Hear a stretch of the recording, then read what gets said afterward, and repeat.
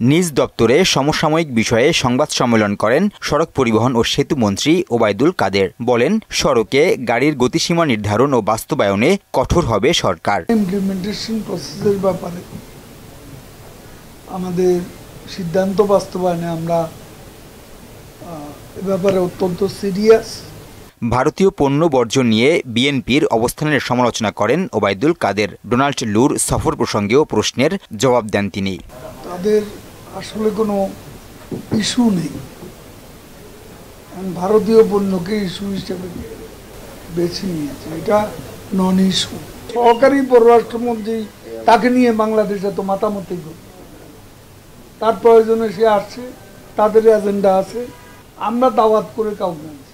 আমরা কোনো প্রকার স্যাংশন, ভিসা নীতি এগুলো আমরা কেয়ার করি।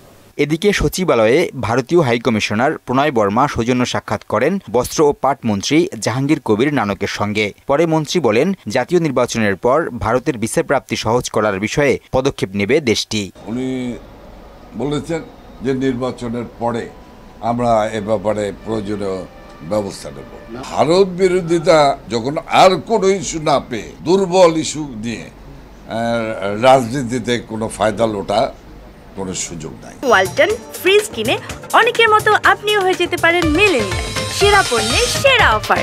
জাতীয় প্রেস ক্লাবে এক অনুষ্ঠানে পররাষ্ট্রমন্ত্রী হাসান মাহমুদ বলেন, বিএনপি জামাত মানুষের ধর্মীয় অনুভূতি নিয়ে অপরাজনীতি করছে। বিএনপি আজকে ইসরায়েলি লবির সাথে যুক্ত হয়ে বাংলাদেশের বিরুদ্ধে ষড়যন্ত্র করা শুরু করেছে। ফিলিস্তিনে গণহত্যার প্রতিবাদ না করায় বিএনপির সমালোচনাও করেন মন্ত্রী।